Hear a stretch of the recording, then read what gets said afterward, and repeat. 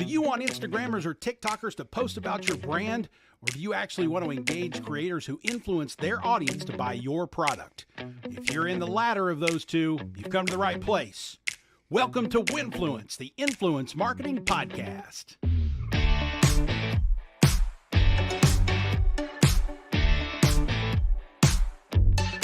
Hello again, friends. Thanks for tuning into Winfluence, the Influence Marketing Podcast.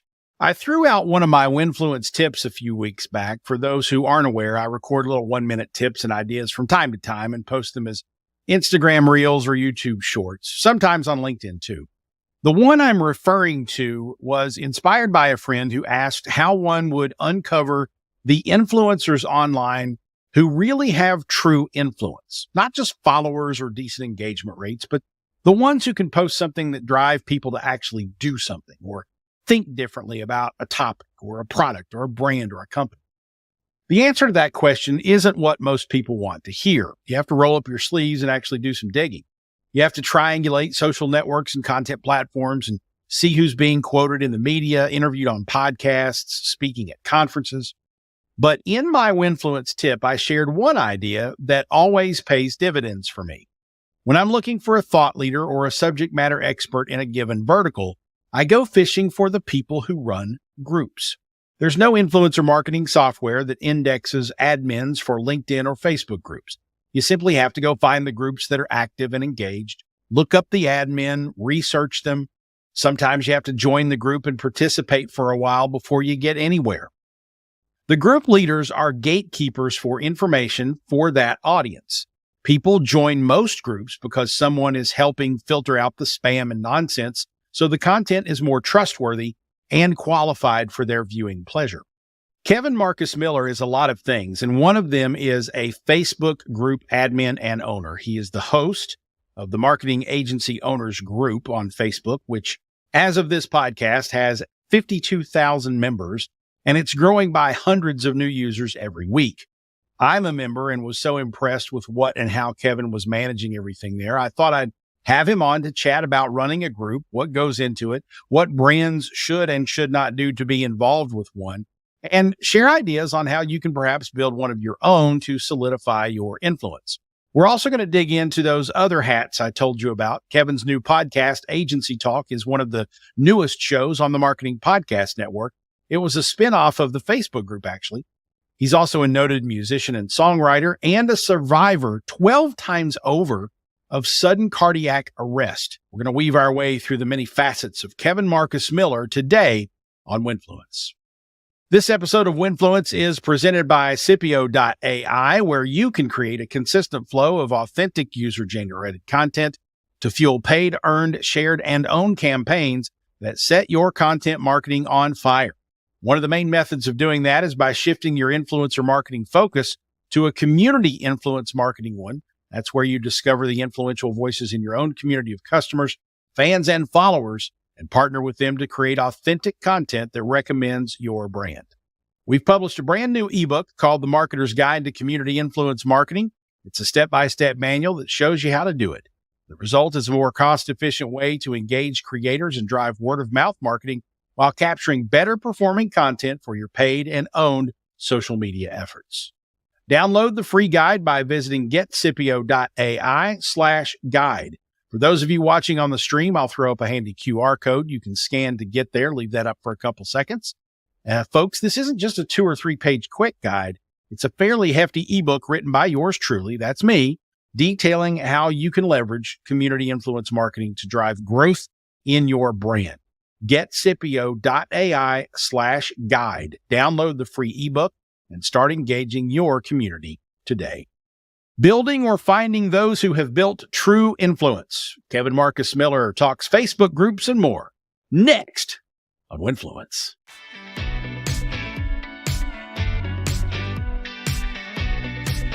Kevin, I got to tell you, when I first discovered the Marketing Agency Owners Facebook group, I was kind of blown away at how big it was. I checked yesterday, and you're creeping up on 52 or 53,000 members. By the time this airs, you'll probably have 60 or 75. I wouldn't have said there were 52,000 people on Facebook who are interested in or are marketing agency owners. And I know many members aren't, but maybe you're aspiring to be or work with agency owners. But I guess my first question for you is how in the heck do you have so many people in there? Honestly, dude, I hate to put it like this, bro, but it really did happen by accident. I know that sounds absolutely ridiculous. I wish I had a methodology because I promise you, I would package that and sell it. But literally, man, I remember there was this one dude on Facebook. He had a group of 80,000 people and he called his group, I think it was like entrepreneurs or something like that. And it was just the name of the niche. Yeah. And he said, try that, Kevin. Just call it marketing agency owners. And that's what happened. And it just starts growing and we didn't do any marketing. It just kept getting picked up by the algorithm and has not stopped. And so my team and I, we've been trying to calculate, well, how can we do this again? And that goes back to a foundational, internet marketing principle. If you've got the right name from a search standpoint, it kind of works, right? That's the insight we can take out of this is make sure you got a damn good name if you're going to do one of these things. Let's try to put a finer point on it though. Tell us the deeper origin story of the group. Why did you start it? What was it supposed to do? Who was it supposed to serve? And then, how did you go about getting people interested in being in the group, or did you just sit and watch it grow? Yeah, so I literally sat and watched it grow. The thing that I think would be helpful for listeners, though, is I built a massive personal brand before this. Right. So that's important for a couple reasons. One, when you have a group like that and you put at the bottom, group by, right? And if that name does not carry any weight in your industry, guess what? You just wasted a lot of time because no one's going to, when you start posting in the group, they're going to be like, I don't know this person. I don't care. Why should I be here? But if it's somebody like a Dan Henry, Russell Brunson, people care in our space. They're like, this is a group by someone that's important. So then I started interviewing people that are big like that to remind people that I am at their level. I may not have the revenue that they have, but I am just as credible as them. And The only reason they don't see me that way is because I didn't portray it that way yet. Because social media is not reality, it's perception. So they just haven't yet perceived that I'm equal to those people that they're idolizing, air quotes. Well, I think when you're sitting on top of a community that size, there's certainly a degree of credibility that comes with just the fact that you've been able to build that. But let's go back to your first point there. Mm-hmm. You had built a strong personal brand ahead of time. But as I recall, if I'm not mistaken, you're more of the LinkedIn guy, not the Facebook guy. So tell us about that journey. Correct. Oh, you got good pivots, brother. So, the reality of the situation is, I would say my skill set is I know how to pivot and make it look intentional. Okay. And most people, they don't do that because what they want is for people to love them the first time they put an idea out. So where I'm at now is probably iteration 9. So web design, VA service, graphic design service. Mm-hmm. I tried a podcast and that failed in the past. Okay. Facebook outreach. I tried that. What else have I tried? I've tried it all, brother. Some of them had, good MMR, monthly recurring revenue. But the way I'll look at it is, how people always say they're all lessons. There's no such thing as failures. I just don't believe that. And the reason I can say that, honestly, is because during all those times, there was one thing that was kind of looming in the background on all of these things, which was I have a heart condition. And so it never felt like a lesson. It always felt cool. Right. And so when you're surviving through something that serious, like I have a lot of friends that have a heart condition or cancer and things like that. And so I'm a 12-time sudden cardiac arrest survivor. And that never felt like a lesson. It always felt cruel. Right. And so when I understood it that way, then I get to do and choose how intentional that rebound is and what the comeback looks like. So I would consider all of my reinventions of myself from when I first started as a 15-year-old songwriter, making songs for TV shows and all these things, to where I'm at now, owning a podcast, working with you and things like that. All of those iterations are me choosing how I want my comeback story to look to the public. Interesting.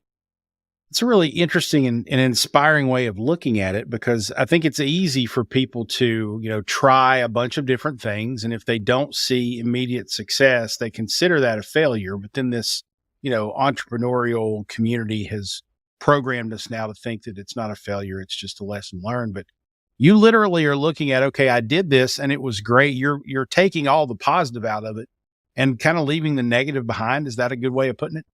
That's exactly correct. Because until you've actually been in a situation where you have perspective at a level where you can go, all of this stuff is not real. Marketing is magic and the best magicians win. Until you've gotten to that place in your life, you're putting too much of your inertia, your energy, your thought, your concern into what you're doing. Interesting. At this point, my brother, I'm just having fun.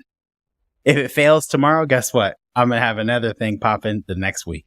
There you go. You're good. Matter of fact, I did that this week. I said, hey, a buddy of mine said, we figured out LinkedIn engagement, artificial intelligence. I said, great, let's run with it. Nice. I'm just having fun at this point, That's good. Well, you also too, though, I would think, you have a ton of energy and in order to keep up with what you're doing, because you got a ton of irons in the fire. How do you stay organized with all the stuff you're doing? Actually, I don't have a ton of irons in the fire. That's the perception. So you always want to look like you're doing more than you really are. So like Today, for example, I spent maybe an hour and a half doing actual work, and then I sat in the sun for an hour. Then I have the pest control person coming right now. So I always look like, because of the way I post on the internet, it gives people the perception that I'm extremely busy. And that was a difficult thing for me to master, was to be able to put out the perception I want, which is, he's got all these things going on, busy entrepreneur, whatever. And really at the end of the day, when I'm focusing on, honestly, Jason, is preserving my health, because my number one priority right now is to make it to my 30th birthday. That is the only thing that matters to me right now. I'm 29. I want to make it to my 30th birthday. I want to walk across at my wedding this year without having a cardiac arrest. And that's the only thing that's important to me. And everything else outside of that is just me playing around, free time. It's not a priority to me.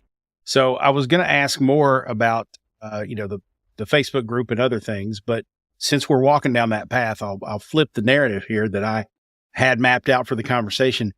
So you are a 12-time survivor of sudden cardiac arrest, I believe. I don't think I've actually heard the full story. So tell us when it first happened and give us that journey so we understand what you've been through. Man, so every time I will apologize in advance, because every time I do share this story, I get a little bit, because it takes you back, and I do have a lot of PTSD. So I do apologize. I do pause at any point, but I'll do my best. So 2019, I was working at Microsoft at the time. I was an independent contractor. I was very excited because I was a security guard actually in a Microsoft building. And then I finally got an opportunity to move into marketing because my degree was in communications and I couldn't get a job anywhere. So I was a security guard, and then I was applying to jobs in the loading dock while I was working. Got a job at a tech startup, and then I moved from the tech startup to Microsoft. So that's where we're at now in 2019. So very excited, right? Don't know a whole lot yet, but I'm just eager. So a little stressed out at work. So I decided it's time to go play some basketball. That's always been my safe haven. So I'm playing basketball in this adult rec league right across from where the Mariners play, actually, in Seattle. And this whole day, unfortunately, Jason, I don't have firsthand memory of the day, but I have a lot of people that have told me the story, so I'm able to tell it from their vantage point. So the story as it's been told to me, since I don't remember it, is I was playing basketball and I was coming up the court. The game had just started, and I'm about 3 minutes in the game, and I have the ball in my hand, and I kneel on one knee, and I yell out, and very violently I yell out. And people say it looks like somebody was dying. So I just kind of like this. And in that moment, the basketball coach's name was Tim. He had CPR training, so he started doing CPR on me, and I wasn't waking up. So then they called 911. They also got the AED machine, but it still wasn't looking good. They weren't really sure. And so I'm in the transit, go to the hospital. And they actually had to, basically the way I'll explain it kind of on a, if you've ever watched Grey's Anatomy, Okay. you might remember when sometimes people have to have their bodies frozen to preserve their brain. Yeah. So their body has to get cooled down, and then they have to warm them back up slowly. And that's the only way to know if they're going to wake up or not. And so day 3, I finally woke up. Day 3. That's crazy. That experience, yeah, man. First thought I had, brother, when I woke up, I looked on the TV screen in ICU, and at the time there was a shooting in Texas, Jason, and I had thought that that's what had happened to me. Oh my goodness. Oh yeah.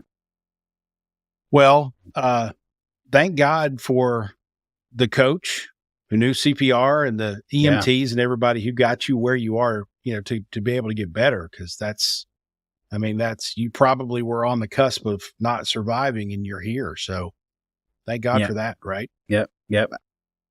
Thank you. Yeah, man. It's, sometimes people want to assign a lot of meaning to it or their meaning of it, or you got a second chance. And the way I look at it, honestly, is everybody gets to assign their own meaning to what that experience means to them. Sure. So for me, the way I kind of like to look at it is where I was at in my life. I was doing the standard playbook of life. Get the comfy 9 to 5. Don't take any risks. But I always wanted to be like what we are now, which is taking risks, be an entrepreneur. Nice. So that just gave me some good liquid courage. That's how I like to put it. Gave you permission to live the life you really wanted to live, right? That's great. Exactly. And it's okay. That's why I'm okay with failing and pivoting and those things, because I have that perspective still. Yeah. I'm still there. Literally in my head, I'm still there.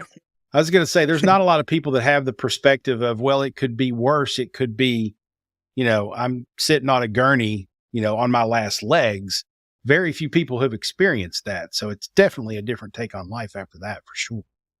Goodness gracious. Definitely. And so it didn't stop happening. You know what I mean? That's the other part, is a lot of people have had near-death experiences, but not a lot of people, and I'm the only one in the marketing space at this level anyway, where it's happened 12 times. And the reason why it's continued to happen is because there wasn't a cause for it. There's no genetic condition or anything like that. So they weren't able to diagnose it properly. And it wasn't until 2022 where, I elected, because I was just so sick of having it happen so much. And I basically aggressively, I'll be honest, and I was angry, and I told my doctor, listen, I'm okay with dying, getting surgery. And I know it's not that I need the surgery, but I prefer to take that risk and live the way I'm living right now. Mm-hmm. So we move forward with it. And the surgery, essentially, Jason, they go in and they actually burn electrical signals in attempt to reroute them on your heart. So somebody is literally burning your heart. And then when I woke up, when I woke up, there was a complication. Mm. And when I tell you, I've never, even back in 2019 when I had the first one, I've never felt a pain like that ever, not even close. Because it was like your insides were on fire or something, and I literally was kicking, like it was like, and my wife was screaming, and I was like kicking, and I just remember that moment, and that keeps me where I'm at today, because someone could say anything. They could say, I don't like the group. There's people in there I don't like. I don't like the way you talk. I don't like the podcast. None of that even remotely matters to me. Not even a little bit. Yeah. That's so. Well, it's a refreshing perspective and reminder for us to think about. All I can really do at this point is thank you for sharing them. It's amazing to hear stories like that, because it does remind us and ground us on, hey, going through life with blinders on, it's really kind of appropriate. My daughter just finished Thornton Wilder's Our Town at school last week, which the whole point of that play is, we're going through life with blinders on. We don't actually look at each other. We don't actually hear the birds, watch the sunrise, feel what it's like to really live until it's too late. And you're a walking example of someone who's learned that lesson that, hey, all this stuff you guys think is important is not really important. Let's focus on living life, right? Right. And most people, they have this explanation. They say life is short. That's how I know you don't understand. So let me explain a little deeper on it. Most people say life is short. It's actually just urgent to those who want it to be and choose for it to be. Because if you're going around saying life is short, it means you don't have the depth yet. You don't have the full perspective. Mm-hmm. Those 30 seconds after that surgery felt like 100 years. Everything was urgent. Everything was urgent. Me surviving was urgent. My wife's feelings in that moment were urgent. So if I can just capture that feeling and operate in that level of excellence, I kind of feel one of the things my wife says to me a lot that I love is, Kevin, you're the lieutenant. Don't ever forget it. Period. You're the lieutenant. Nobody has ever been in a war as monumental as the one you've been in. That, I mean, a lot of people can't honestly say that. They're going to go around and say things to make you feel good. But the truth is that the war that I'm battling and still battling is, there's only probably, Jason, I want to say 900 to 1,000 people who have had it happen that many times and still are not in a vegetative state right now. Sure. I was concerned about the brain damage, and sometimes I am concerned that maybe the reason I don't care is because I do have brain damage. I don't know. Well, I don't know. I just, yeah. So I don't know that I would necessarily call, if that is brain damage, which I don't know that it is, but if it is, I don't necessarily think I'd call it bad, right? Because it's given you a perspective on life that most people never get to. 100%. So I've got several more questions. I do want to, turn us back to the Facebook group and the podcast and all that good stuff. Yep. Definitely appreciate you sharing a very personal journey with us. Amazing and touching. But let's take a breather for everyone. Catch a couple of breaths here for a second. And when we come back, we'll continue with Kevin. Don't go away.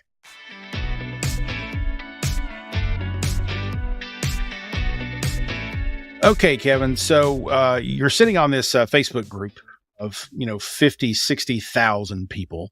Obviously, when you have that kind of audience there, regardless of whether or not how or where they came from, you kind of almost have a responsibility, I think, to keep them engaged. Give us the rundown on your content strategy for the group. What all are you creating? How are you managing it? How much of your time does it really take? And does it take away from your other work, or is it your primary work? Great question, Jason.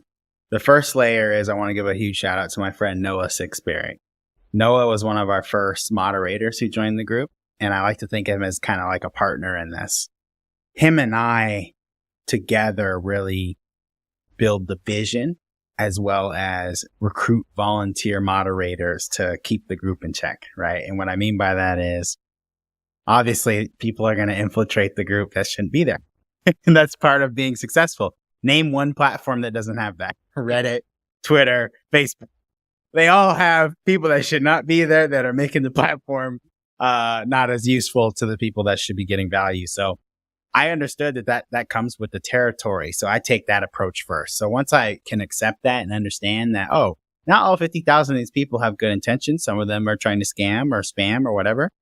Then I can just, one, show myself some grace, and two, invite other people to be in that space of grace. When people, have a very high expectation of other people in their life, it means that they're unhappy with their own expectations of their life. So when a group member has a concern about a fake community in other words, when a group member has a concern that's not very valid about something outside of their life and it's bothering them to the point where they're commenting hundreds of times or whatever, that's something else they got going on in their life. So I always remind myself that and always take the critical feedback that's constructive, and then we implement on that. So that's why I love having what's called the agency council. So we have serious, 6-7 figure business owners, agency owners who are seasoned like yourself, who give real input on the group. And those are the Nice. people I trust and go to consult me. Hey, Kevin, I'm noticing this trend in the group. We should really do this. Great. That's Let's great. talk about it. Great. Instead of making it like a free for all for every and anybody that joins. That's a recipe for disaster. Sure. So when you started the group, I would imagine at some point, whether it's with this agency council that you've got or, you and your fellow moderators, what kind of thinking went into the rules and how much do you have to babysit to make sure people are minding their P's and Q's? I would say the number one thing we see in the group is really just marketers trying to market. And you can't be mad at it because I get it. I got products and things that I'm marketing in the group too. But guess what? I earned the right to do that because I paid the price to be able to do that by building this for everybody, right? Yeah. So you got to remember, like, you got to pay to play, y'all. So if you want to promote in the group, that's great, but you got to pay. No other community is any different. If you want to advertise on Facebook, you got to pay Facebook ads. It's no different. So people, I don't know why, but they just don't remember that these systems, they already exist. Facebook ads, Twitter ads, TikTok ads, you're paying someone for advertising. And you're not going to call TikTok or Facebook and go, hey, guess what? Those leads that came through, they didn't work. What's going on, Facebook? No, that's ridiculous, right, Jason? You're not going to call them. And so that's the approach I take with the group is for people who want to advertise, right? It's an advertising platform, no different than getting a billboard or, Facebook ads or whatever. And where people go wrong, Jason, in communities like this is they think of it like a lead generation platform, not an advertising platform. And that's critical. So if you're listening and you're considering building a Facebook group or any kind of community, be clear on the opportunity that you're presenting to people. Hey, we have people paying $1,000 or whatever it is, $5,000 or whatever your package is for advertising, not lead generation. Right. So riddle me this, because when I think of a Facebook group or a LinkedIn group or even a online community that's, some sort of guarded, gated community, and there's, in most of those or in many of those, I won't say most because I don't know the math, but in many of those, you have this, no spam, no advertising, no anything. And there's that series of groups, and we're all about community. We're all about discussion, and there's not going to be any sort of marketing that happens here. You have a Facebook group that is a Facebook group of marketers. So you've got an audience that's predisposed to understand that world. And you are basically saying, hey, the marketers that come in here can certainly advertise and pay to play. Are they buying advertisements from Facebook and targeting your group, or are they paying you to be able to create content that's more marketing content within the group? And how does that work? Great question. So one of the things that I understood when I built this platform is who does it need to serve and why? The first person it needs to serve is the people that helped me build it. So Noah, how can I help pay and compensate Noah fairly for all of these hundreds and thousands of hours he volunteered to help make this group great with me? I chose to put my time and effort, and that's great, and I wasn't compensated. But he's different, right? Mm-hmm. And so when I put that in perspective, I said, hey, the money should go to us, not to Facebook. Okay. So if someone wants to advertise in our group, they're paying us to advertise the audience that we've built. No different than, for example, let's say you want to go ahead and do a newsletter ad, right? Or podcast sponsorship, right? You're going to be paying the Marketing Podcast Network, right? For the opportunity to advertise your product to their audience that they've built on Spotify, on these other platforms, right? So it's a pronged approach where, we've built these communities we've rented. Yeah, that's a good way to put it. We've basically rented audiences on Spotify and all these other places, Facebook, but we're the ones who aggregated the community and made it accessible in one go. Right. And that's the value, is being able to put it into one advertising opportunity so that it's clear and concise for the advertiser. So when new people come into the group, and I'm in the group, and I've seen the content, so I think I know the answer, but I want you to answer for everybody else.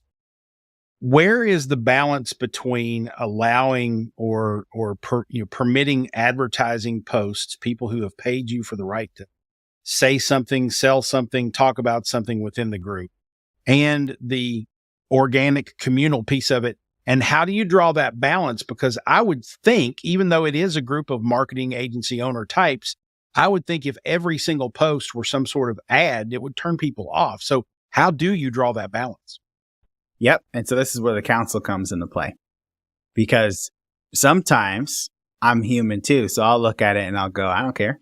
That's just me being honest, right? I don't care. There's posts here, there's this happen, because like I said, right, my priorities and my things in my life are somewhere else. The council might care more about the condition of the group and the community. And so it's really important to have those people in your circle who are going to always put that hat on. So they're going to say things like, Kev, listen, we should go ahead and not allow any promotions this week. Yeah. Or, hey, this one person, they seem to be tricking the system a little too much. They're pretending to give value and then they're DMing everyone secretly and we don't know about it. So that's where it's important to have a team, because, honestly, just being transparent with y'all, like I said, if you were in my shoes right now and you wanted to make it to your 30th birthday and you were about to get married, that would be your number one priority. It just wouldn't even be it. Honestly, Jason, it's just not even in the top 5 priorities. Sure. It's great. The community is awesome. I think it's dope. I think the value is amazing, but I want to stay alive, and that's way more important. So I try not to stress myself out about that kind of stuff, because sure, it's really out of my control. And if the group gets shut down and Facebook shuts it down or whatever, I'm going to still have the Kevin Miller brand and be able to do whatever it is that I want to do and pivot. So that's very true. Real quickly, how does the group, if it does at all, how does it drive business to you? What's your primary work, and how does the group factor into leading people to you? Shout out to our sponsors, some of our great sponsors for this month. We have High Level, the CRM, and they joined us as an official sponsor for 30 days. And really the strategy there is so many of the people actually already use High Level. So how can we teach them about things that they might not even know about the platform, and then also give them additional opportunities to talk basically indirectly to High Level via the comments. So High Level can go in there and go, oh, that's interesting. Somebody thought of this idea. Oh, so it's like almost like a feedback forum for High Level in a way, right? So that partnership I'm really excited about, because I've been using High Level even before they were a sponsor. And so that's the primary method of business is sponsors. And what that means for people listening is people either educating or advertising their product or their information in your group. It doesn't always have to be, hey, buy, get High Level, get a trial. That's not always what it is. Right. For certain people, guys, you got to understand, like when you run a Super Bowl commercial, for example, I'm pretty sure that they understand, like, oh, we just paid $5 million for this opportunity to advertise and bring in more awareness, not necessarily opt-ins. Right. So it's important to be clear with your sponsors what the metric is and what success should look like. And if you're not on the same page, then that's where the friction can happen. So that's the main place. The other thing we do, Jason, as well, is my product. So I have a LinkedIn course. And so we sell the LinkedIn course, and then we have agency tools and things like that we give people. That's fantastic. Well, and I love the approach there, because especially with a group like a targeted group like marketing agency owners, you can't really go into that group with a buy my stuff kind of message. You almost have to go in with, let's teach you something. Right. Yeah. Let's educate you about this thing. Exactly. They'll hold you over the fire on that. So they'll hold you down. Yeah. Smart approach for sure. All right. Let me complete the circle, and let's go back to Agency Talk, your new podcast, proudly hosted by the Marketing Podcast Network. It actually came out. It's kind of a spin-off of the Facebook group, isn't it? That's what's beautiful about it. Exactly. So I already had dropped, probably 60 episodes in the Facebook group. Remember that whole concept of reinvention, right? Yep. I'm going to win regardless, y'all. So I just looked at the landscape and said, any celebrity can drop a podcast now. You see all these celebrities dropping podcasts. And the reason those ones work is because they're celebrities and they're famous. they're borrowing other famous guests every single time. Every episode is somebody famous. So my goal is to do that, but at my level, and then make them, I'm starting, like you would say, influencers first. And then my goal is to have celebrities like Shaq, people of that caliber in season 2. That's great. Well, I definitely am following along because I want to, and I'm going to learn from it, but also because I think it's really interesting, and I'm rooting for you to grow that thing and be super successful with it. So I'm sure people have been listening, and that people have been listening and Googling and discovering you all over the place while we've been talking. But just in case, give us the quick rundown of where people can find you in all these places on the interwebs. Absolutely. So for you don't know, my full name is Kevin Marcus Miller. So if you type in Kevin Miller, I will not pop up. So make sure you add the Marcus in there. I own a LinkedIn marketing agency, allapproach.com. So we do B2B LinkedIn marketing and coaching. And then we have the Agency Talk podcast and the group that are together. So you can find that at agencytalkpodcast.com. Proudly presented by the Marketing Podcast Network. That's right. Glad to have you as a sister show on MPN. Also glad to have you in my network and as a friend as well. Thank you so much for sharing not just wisdom, but just a great inspiration and reminder for us today. Great having you on the show, Kevin. Hey, appreciate you, Jason. Thank you. How about that? That guy has one hell of a story, one hell of a journey, and so grateful that he shared that with us today. He also has way more energy than anyone should have, but very, very thankful for Kevin Marcus Miller. That is his name, Kevin Marcus Miller. He's very easy to find if you search for the full thing, Kevin Marcus Miller. We'll make sure links to all the various things are in the show notes at jasonfalls.co/Kevin Marcus Miller, or you can go to jasonfalls.com, click on articles up top and find this episode of Winfluence there. I put the show notes as articles on the site at jasonfalls.com, so pretty easy to find. And while I know Winfluence was easy for you to find, it's not always easy for those who don't know about it. So if you enjoy Winfluence, help us grow and tell someone about the show. You probably know someone who might want to know more about influence marketing. Send them to winfluencepod.com or share a link to this episode on your social network of choice. If you have a moment, drop Winfluence a rating or review on your favorite podcast app. We're on them all. The show is now on video as well. Just look for Jason Falls Winfluence on YouTube to see the show as well as hear it. Winfluence is a production of Falls & Partners and presented by Scipio.ai. The technical production is by MPN Studios. Winfluence airs along MPN, the Marketing Podcast Network. Thanks for listening, folks. Let's talk again soon on Winfluence.